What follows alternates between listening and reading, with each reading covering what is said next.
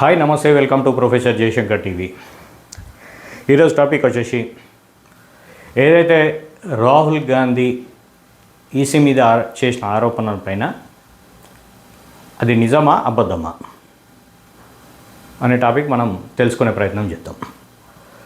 First thing, Rahul Gandhi గారు ఏదైతే ఆరోపణలు చేశారో ఈసీ మీద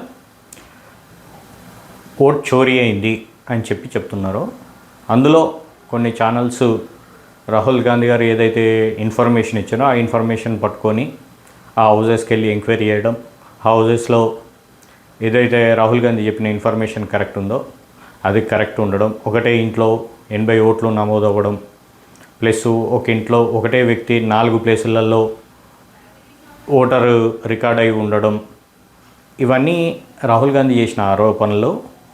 అవి నిజమని కొన్ని న్యూస్ ఛానల్స్ అక్కడికి వెళ్ళి పర్సనల్గా ఎంక్వైరీ చేసి చెప్పడం జరిగింది. అసలు రాహుల్ గాంధీ గారు ఈసీ మీద ఎందుకు చేస్తున్నారు ఆరోపణలు? నిజంగానే ఈసీ అనేది బీజేపీ చేతిలోకి వెళ్ళిపోయిందా అని అంటే, గత ఎలక్షన్లలో దాని బిఫోర్ ఎలక్షన్లలో మనం అబ్జర్వ్ చేస్తే అది నిజమని అనిపిస్తుంది. ఎందుకు అంటే, ఇప్పటి వరకు నరేంద్ర మోడీ గారి ప్రభుత్వం అసలు ఎన్ని సంక్షేమ పథకాలు చేసింది, ప్రజలకు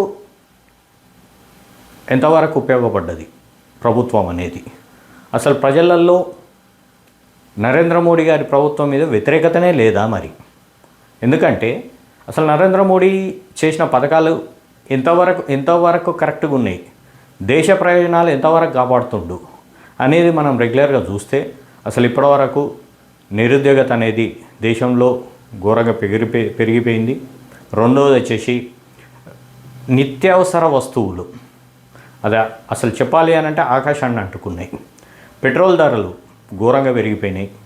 పెట్రోల్ డీజిల్ ఎట్లా పెరిగిపోయినాయో ఎట్లా పెరుగుతున్నాయో కూడా మనం గత కొన్ని సంవత్సరాల నుంచి అబ్జర్వ్ చేస్తూనే ఉన్నాం. మరి ఇన్ని వైఫల్యాల కూడా నరేంద్ర మోడీ ప్రభుత్వం ఏ విధంగా ఇన్ని సీట్లను గెలుచుకుంటుంది అని అంటే, ఓ విధంగా ఏదైతే రాహుల్ గాంధీ గారు ఆరోపణలు చేస్తున్నారో అది నిజమని తెలుస్తుంది.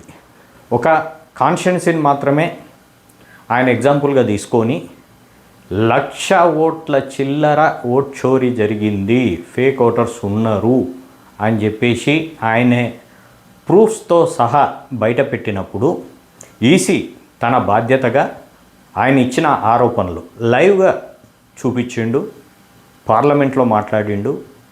లైవ్గా చెప్పినప్పుడు వాటి ఆధారాలను తీసుకొని ఈసీ ఎందుకు ఎంక్వైరీ చేయడం లేదు?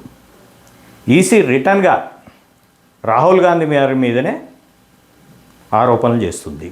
అసలు ఆయన తీసుకున్న వాటిలలో నిజం ఎంత అబద్ధం ఎంత అని ఎంక్వైరీ చేసి ఇందులో నిజం లేదు అబద్ధం ఉందని చెప్పి ఈసీ చెప్పొచ్చు కదా. నిజంగానే బీజేపీ కనసన్నల్లో ఈసీ పని చెయ్యకుంటే రాహుల్ గాంధీ గారి దగ్గర నుంచి అఫిడేవిట్ అడగడం ఇవన్నీ ఎందుకు? వాళ్ళ దగ్గర ఉన్న ఓటర్ లిస్ట్ తీసుకొని, వాళ్ళ దగ్గర ఉన్న ఓటర్ లిస్టే కదా రాహుల్ గాంధీ గారు చదివింది, అదే ఓటర్ లిస్ట్ని తీసుకొని ఈ ఓటర్ లిస్టులో ఏదైతే రాహుల్ గాంధీ గారు చేసిన ఆరోపణలు అవి సత్యదూరం అని చెప్పొచ్చు కదా. ఎందుకు ఈసీ దీన్ని ఖండిస్తలేదు? ఉల్టా రాహుల్ గాంధీ గారి మీదనే ఆరోపణలు చేయడం అది ఎంతవరకు కరెక్టు? కాబట్టి దీన్ని ఈసీ ఏదైతే చేస్తుందో, ఏ విధంగానైతే ముందుకెళ్తుందో, దానివల్ల ఇంకా రాహుల్ గాంధీ గారు చేసిన ఆరోపణలు బలం చేకూరుస్తున్నాయి. ఈసీ అనేది బీజేపీ కనసన్నల్లోనే పనిచేస్తుందనే దానికి ఈసీ చేసే వ్యవహారం ఏదైతే ఉందో, ఈసీ మాట్లాడే పద్ధతి ఏదైతే ఉందో అది నిజమనే అనిపిస్తుంది. కాబట్టి ఇప్పటికైనా అట్లీస్ట్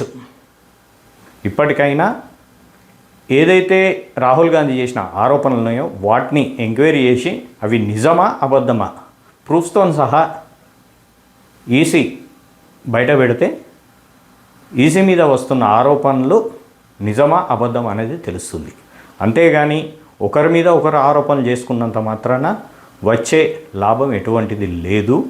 కాబట్టి ఈసీ ఇప్పటికైనా కళ్ళు తెరిచి రాహుల్ గాంధీ చేసిన ఆరోపణలు నిజమా అబద్ధమా అని చెప్పాలని నేను ఒక దేశ పౌరుడిగా నేను కోరుకుంటున్నాను. Thank you.